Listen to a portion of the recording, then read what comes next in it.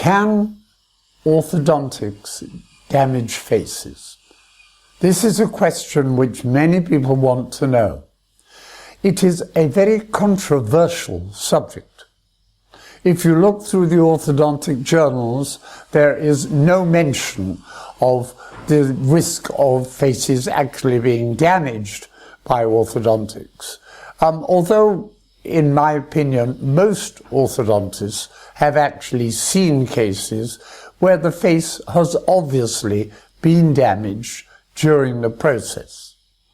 Of course, there are many different types of orthodontic appliance, and lots of people believe that it is extracting teeth that damage the face. But I do not think this is necessarily so. I have seen many cases where teeth have been extracted and yet the face has been very good looking. The main difficulty in judging whether the face is damaged is who makes that decision.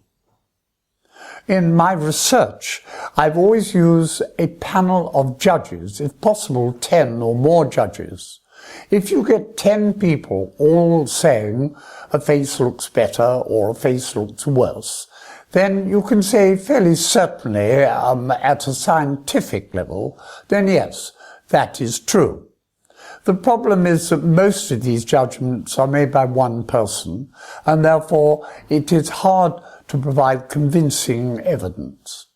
But the reality is that some treatment does sometimes hurt faces, and occasionally quite severely.